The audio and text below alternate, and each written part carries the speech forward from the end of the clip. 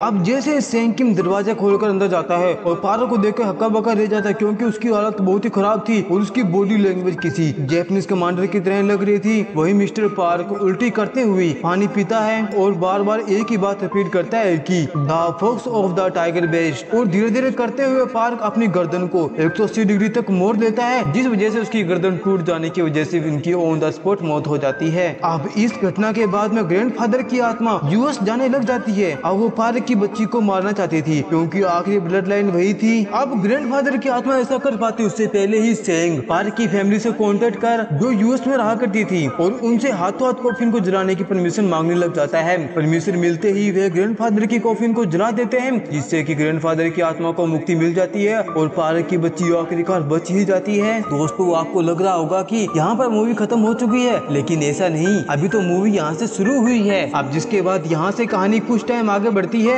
हम जान पाते हैं कि जिस वर्कर ने शाम की मुंडी को काटा था अब उसकी हालत बहुत ही खराब हो चुकी है। सेंग उस वर्कर से मिलने जाता है जहाँ पर वर्कर का कहना था कि उसको अजीब से नाइटमेयर आया करते हैं और ये सब जब से शुरू हुआ जब से उसने उस सांप को मारा था। अब यही सुनने के बाद में मिस्टर सेंग किम उस ग्रेव के पास में चले जाते हैं जहाँ पर उसको फिर से फॉक्स वगैरह दिखाई देते हैं, जिसके बाद में वे ग्रेव को चेक करने पर उसमें सेंग को एक सांप का सिर मिलता है जो वाकई किसी छोटे इंसान जैसा लग रहा था। दरअसल इस क्रिएचर को ओना कहा जाता है, जिस पर सेंग को कुछ डाउट होने लग जाता है और सेंग उस जगह को डिग करने लग जाता है और उसको एक कॉफिन मिलती है। जी हाँ दोस्तों, कॉफिन। जी हाँ दोस्तों, कॉफिन के नीचे एक और कॉफिन। यह देखते ही सेंग बहुत ही हैरान हो जाता है और फौरन ही हारिन बोंगिल को बुलाता है। यह लोग उस जगह से कॉफिन को निकालने लग जाते हैं जो नॉर्मल कॉफिन से बहुत ही ज्यादा बड़ा था। इतना ही नहीं, इस कॉफिन को एक वायर से बांध कर भी रखा गया था, मतलब कि ये जो भी था ये नॉर्मल इंसान तो नहीं है। जिसके निकलते ही फोक्स अजीबोगरीब बिहेव करने लग जाते हैं। जिसके बाद में ये चारों उस बड़े से कॉफिन को लेकर उसी गांव के एक टेम्पल में पहुंच जाते हैं। क्योंकि अब रात काफी हो चुकी थी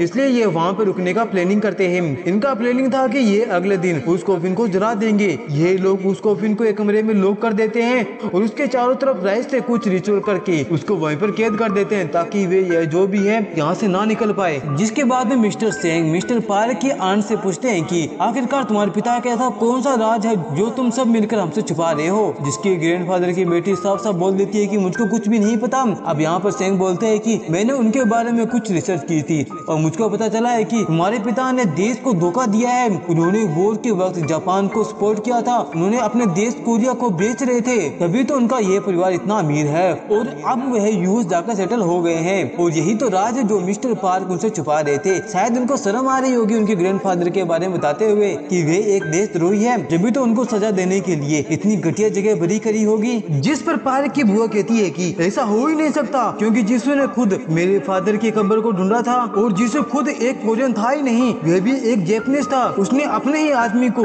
इतनी खराब जगह बरी कैसे कर सकता है। यह बात मुझको भी समझ में नहीं आ रही थी। खैर अब कॉल कर देता है, जिसके बाद में टेम्पल का बूढ़ा आदमी सभी लोगों को खाना खिलाता है और जिसके बाद में वे सभी सोने चले जाते हैं। वहीं पर हम हेरिन को देख पाते हैं अपनी कार के अंदर, जो अपने सिस्टर को फोन करके मुराया जुंगी यानी कि जिसू के बारे में पूछती है, जिस पर सिस्टर बताती है कि हमारे मास्टर बताया करते थे कि उसको जैपनीज फॉक्स कहा जाता है, जब भी तो उसके ग्रेव के आसपास फॉक्स घुमा करते थे जो एक सेमन था यानी कि मुराया जुंगू। वो बहुत ही पावरफुल था और तो और उसके मास्टर ने उससे एक बार मिला भी था। यह सुनने के बाद में हेरिन को एहसास हो जाता है कि वह किसी बड़े फोर्स के साथ में खेल रहे हैं। ऐसे में वह अपनी ग्रेनी को याद करती है जो इस आइलैंड की बहुत ही बड़ी सेमन हुआ करती थी। हम देख पाते हैं कि हेरिन के पीछे ग्रेनी की स्पिरिट थी यानी कि शी इज प्रोटेक्ट। वहीं टेम्पल में बूढ़ा आदमी सोने से पहले बाड़े में जाता है क्योंकि उसको अजीबोगरीब आवाज आ रही थी और वो उस आवाज को फॉलो करते हुए उसके पीछे चला जाता है। अब थोड़ी देर बाद बोंगिल की भी नींद खुल जाती है क्योंकि उसको कुछ अजीब सा महसूस हो रहा होता है, इसलिए वे भी बाड़े की तरफ निकल पड़ता है क्योंकि उसको कुछ आवाजें सुनाई देती है। जिसके बाद वे बाड़े के पास में जैसे पहुंचता है वहाँ का नजारा बहुत ही भयानक था क्योंकि एक लंबा चौड़ा इंसान जो सभी भेड़ बकरियों को फाड़ देता है, बल्कि उस बूढ़े इंसान को भी मार दिया था और उस बाड़ी का केयर टेकर का सिर धड़ से भी अलग कर दिया था। ये सभी खतरनाक मंजर देखते ही बोंगिल तुरंत भागता है उस रूम की तरफ जहाँ पर वे कॉफिन रखा हुआ था, जहाँ पर हम देख पाते हैं कि कॉफिन ऊपर से टूटा हुआ था, साथ ही साथ कमरे की छत भी टूटी हुई थी, मतलब कि कोई तो उस कॉफिन से निकल कर यहाँ से भाग चुका है। जिसके बाद में बोंगिल फौरन हेरिन को जगाता है और बाकियों को जगाने के लिए चला जाता है। जिसके बाद में हेरिन उस रूम के अंदर चली जाती है छानबीन करने के लिए। कमरे में हेरिन को एक जैपनीज समुराई की हेलमेट मिलती है और तभी हम उस लंबे लंबे चौड़े इंसान को उस रूम की तरफ आते हुए देख पाते हैं, जिसको आता हुआ महसूस कर हेरिन की हालत पतली हो जाती है और वह एक जगह पे छिप जाती है। यहाँ पर वो लंबा चौड़ा इंसान कहता है कि क्या कोई अंदर इंसान है, जिस पर घबराती हुई हेरिन कहती है कि मैं इंसान नहीं, मैं आपकी सेवक हूँ। जिस पर समुराई कहता है कि तुम मेरी सेवक हो तो स्वीट फिश और मिलनेस लेकर आओ। लेकिन हेरिन के पास में ऐसा कुछ भी मौजूद नहीं था, जिस पर समुराई समझ जाता है कि अंदर कोई पक्का इंसान ही मौजूद है, जिसके बाद में वो उस पर अटैक कर देता है। हेरिन जैसे तैसे करके अपनी जान बचाते हुए कमरे से बाहर आ जाती है और वह समुराई हेरिन को मारने वाला होता है, लेकिन एक लोग तो वहाँ पे बोंगिल पहुंच जाता है और समुराई पर हमला कर देता है, लेकिन उससे समुराई को कुछ भी नहीं होता। तभी समुराई बोंगिल के किडनी पर हमला कर देता है, जिससे वे वहीं पर गिर जाता है। जिसके बाद में समुराई हेरिन को मारने की तरफ उसकी तरफ बढ़ने लग जाता है। तभी हेरिन एक टेम्पल के पास में पहुंच जाती है, जिसकी वजह से समुराई उसको कुछ नहीं करता और वहाँ से चला जाता है और एक आग के फॉर्म में इधर उधर भटकने लग जाता है। यह मंजर वहाँ खड़े सभी लोग देख लेते हैं। यह सभी बिल्कुल शौक रह जाते हैं। अब वो किसी तरह बोंगिल को लेकर हॉस्पिटल में पहुंच जाते हैं, जहाँ पर बोंगिल की हालत बहुत ही नाजुक थी। इसका सारा कसूर हेरिन अपने आप को मारने लग जाती है, क्योंकि वो ये काम करने नहीं चाहता था, लेकिन वही थी जो उसको मना के यहाँ पे लेके आई थी और उसकी जिम्मेदारी ली थी कि मैं तुमको कुछ भी नहीं होने दूंगी। जिस पर सेंग उसको शांत करवाता है और बताता है कि वो समुराई कोई इंसान नहीं बल्कि एक सोल है। जब इंसान का सोल किसी चीज से अटैच हो जाता है तो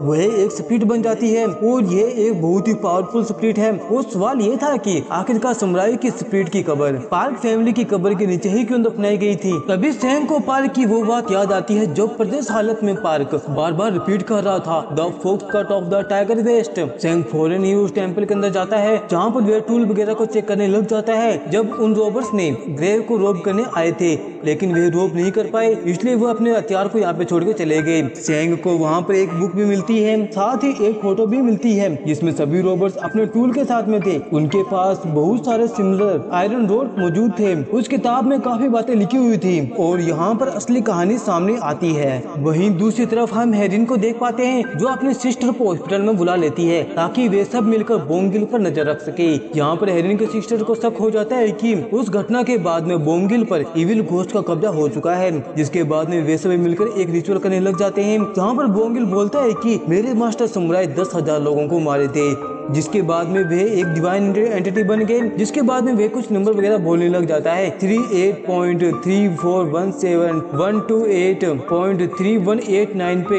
है। दोस्तों ये वही नंबर होता है जो फिल्म की शुरुआत में हमने ग्रेव स्टोन के ऊपर देखा था। दरअसल ये उस ग्रेव के कोऑर्डिनेट नंबर होते हैं, जो दरअसल है कि समुराई घोस्ट उस जगह पर कैद है। अब यह सब देख हेरिन की सिस्टर कहती है कि यह तो एक जैपनीज स्पिरिट है, इससे वो कैसे लड़ेंगे। लेकिन हेरिन उसको मना लेती है, क्योंकि उसको कैसे भी करके बोंगिल को बचाना था। वहीं दूसरी तरफ हम सेंग को देख पाते हैं, जो रॉबर्ट्स के टूल को लेकर पहुंच जाता है उस ग्रेव के पास में और खोदना स्टार्ट कर देता है। उसको वहाँ पर समुराई घोस्ट बड़ी दिखाई देता है, जो फिलहाल सो रहा होता है। ये देखकर वे काफी डर जाता है और फौरन वहाँ से भाग जाता है और पहुंच जाता है सीधा युंग और हेरिन के पास में और उनसे मिलकर वे सब कुछ बता देता है कि कैसे उसने समुराई घोस्ट की बॉडी को देखा और वे उसको कैसे मिला। अब दोस्तों यहाँ पर खुलते हैं असली पत्ते। दरअसल यह जापान और कोरिया की हिस्ट्री से शुरू होता है, जहाँ पर जापान और कोरिया के बीच में 1593 से लेकर 1597 तक युद्ध चलता रहा, जिसमें जापान की जीत हुई। इसके बाद में इनकी रिलेशनशिप कुछ ठीक नहीं थी। 1910 से 1945 तक कोरिया जापान के अंदर में था। उस वक्त पार्क फैमिली का मेंबर यानी कि पार्क के ग्रैंडफादर वो कोरिया के होते हुए भी जापान की मदद किया करते थे, यानी कि अपने देश को बेच रहे थे। जापान का जीसू जो एक मोंग था, उस टाइम का वे एक बहुत ही पावरफुल शैमन हुआ करता था, जिसका मकसद था कि वे कोरिया को बर्बाद कर दे। के लिए उन्होंने कोरिया के अंदर चुने गए जगह पर मेटल रोड को डाल दिया गया, जिससे कि कोरिया कभी भी तरक्की ना कर पाए। और ये वही रोड होता है जो हमने मंदिर के टेम्पल में देखा था। और उस टेम्पल में मिली किताब को पढ़कर सेंग समझ आता है कि ये लोग कोई ग्रेव रोबर्स नहीं बल्कि ग्रुप ऑफ कोरियन मैन थे, जिनको अपने देश से बहुत ज्यादा प्यार था। इसलिए वो कोरियन मैन जगह जगह पर गड्ढा खोदना स्टार्ट कर दिया और उन रोडों को निकालते रहे ताकि कोरिया की जगह से ब्लैक जादू खत्म हो पाए। और जहाँ पर पार्क फैमिली की ग्रेव थी, वहीं पर भी एक रोड दफनाई गई थी, जो आज तक किसी को भी नहीं मिली। और वही रोड आखिरी रोड होती है और उसकी प्रोटेक्ट समुराई कर रहा था। और वहीं पर पार्क के ग्रैंडफादर फादर को दफनाया गया था, क्योंकि हाई फाई लोगों की कब्रें अक्सर प्रोटेक्ट होती है। लेकिन सेंग ने उस जगह को छेड़ दिया था, क्योंकि उसको किताब पढ़कर सब कुछ समझ में आ गया और यह आइडिया पार्क की कही गई बातों से पता चला था, जो प्रजस हालत में बार बार कह रहा था, क्योंकि यहाँ पर फोक्स जिसू को कहा गया था और टाइगर जो कि कोरिया का map same to same tiger जैसा ही है। और सेंग चाहता था कि वे लास्ट रोड को निकाल दे ताकि कोरिया तरक्की कर सके, और वे सभी बोंगिल को बचाने के लिए तैयार हो जाते हैं। जिसके बाद में ये सभी अपने शरीर के ऊपर सिंबल बना लेते हैं, क्योंकि उस इविल घोस्ट ने बोंगिल के उस जगह पर अटैक किया हुआ था जहाँ पर सिंबल नहीं बना हुआ था। जिसके बाद में ये लोग प्लानिंग बनाने लग जाते हैं, जहाँ पर हेरिन स्वीट फिश डालकर समुराई घोस्ट को अपनी तरफ अट्रैक्ट करेगी। इसी बीच चिंग और सेंग लोकेशन पर उस ग्रेव को खोदना स्टार्ट कर देंगे और आखिरी रोड को निकाल लेंगे। इसी बीच हेरिन की बहन बोंगिल पर नजर रखेंगे, जो कि प्रजस हालत में था। वो लोग अपने साथ में एक मुर्गी भी लेके आई हुई थी, ताकि मुसीबत आने पर वो लोग बोंगिल की जगह चिकन की कुर्बानी दे सके। बेसिकली इनका ये एक रिचुअल होता है जो बोंगिल को कंट्रोल कर सकता है। जिसके बाद में ये सभी अपने प्लेन में लग जाते हैं। फिर अब रात होती है और समुराई फिर से बाहर निकल आता है। वो उन फ्लेस का पीछा करने लग जाता है जहाँ पर फिश रखी हुई थी, और वो हेरिन के पास में पहुंच जाता है, जो एक ट्री के पीछे लुक कर रिचुअल वगैरह कर रही होती है ताकि समुराई को रोक सके। जहाँ पर हेरिन स्पिरिट से बात करती है नेचर स्पिरिट बनकर, तुम मेरे माउंटेन को डिस्टर्ब कर रहे हो। वो स्पिरिट कहता है कि यह माउंटेन तुम्हारा नहीं है, क्योंकि गन शूट की आवाज नहीं आ रही है। तभी हेरिन कहती है कि लड़ाई कब की खत्म हो चुकी है, जहाँ पर स्पिरिट कहता है कि लड़ाई कभी भी खत्म नहीं हो सकती। समुराई कहता है कि वो फोक्स मुझको चलाके से मुझको रॉयल मेंशन ले जाने के बहाने मुझको यहाँ पर बरी कर दिया। हेरिन उस स्पिरिट को कहती है कि तुम मेरे पैलेस को छोड़कर यहाँ से चले जाओ, मैं तुमको ऑर्डर देती हूँ। लेकिन वो उसकी एक भी बात नहीं सुनता और उसको मारने के लिए उसके पास में आने लग जाता है। लेकिन उस जगह पर हेरिन की ग्रैनी की स्पिरिट भी मौजूद थी, इसलिए समुराई घोस्ट उस पर कुछ नहीं करता और वहाँ से आग का गोला बनकर निकल जाता है। वहीं सेंग और यूंग काफी खुदाई करने के बाद भी उनको वह रोड नहीं मिलती। तभी सेंग स्पिरिट के कब्जे में आ जाता है, जहाँ पर समुराई सेंग को कहता है कि या तुम मेरे गुलाम बन जाओ वरना मैं तुम्हारे लीवर को निकाल दूंगा। यहाँ पर ये कहते हुए समुराई सेंग के पेट में अपना हाथ घुसा देता है। उस मूवमेंट पर सेंग को कुछ फ्लैशबैक आने लग जाती है और उसको पता चल जाता है कि आखिरकार उसको कैसे मार जाए। दरअसल यहाँ पर समुराई 500 साल पहले एडजस्ट किया करता था और इसने 1000 लोगों से ज्यादा अपनी तलवार से मौत के घाटी पे उतार दिया था। एक लड़ाई में समुराई की गर्दन कट गई थी, लेकिन उसका अपने शरीर पे इतना कंट्रोल था कि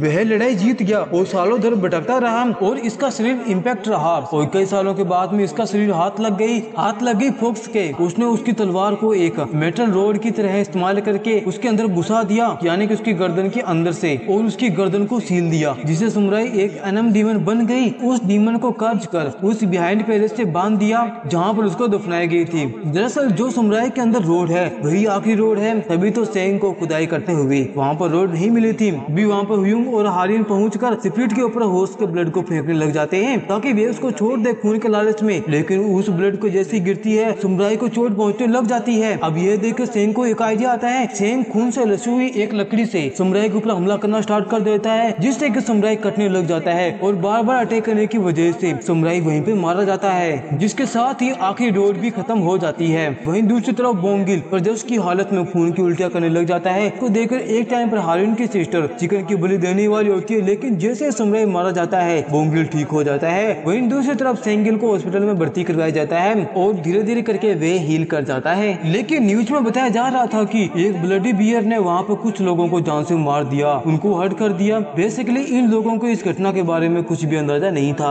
अब टाइम के साथ साथ में सेंग और बोंगिल हील कर जाते हैं, लेकिन आज भी इनके मन में कहीं न कहीं उस ट्रॉमा का डर मौजूद था, स्पेशली हेरिन के मन में। अब मूवी के एंडिंग सीन में हम देख पाते हैं सेंग को, जिसको हम उसकी बेटी की शादी में देख पाते हैं। वहाँ पर बोंग यूंग और बाकी लोग मौजूद होते हैं, जिसके बाद में इनकी एक फैमिली फोटो होती है। और इसी के साथ ये प्यारी सी मूवी यहीं पर समाप्त हो जाती है। दोस्तों आपको मूवी कैसी लगी लाइक और कमेंट करके मुझे जरूर बताना। जब तक मिलते हैं अगली वीडियो में, जब तक के लिए बाय बाय।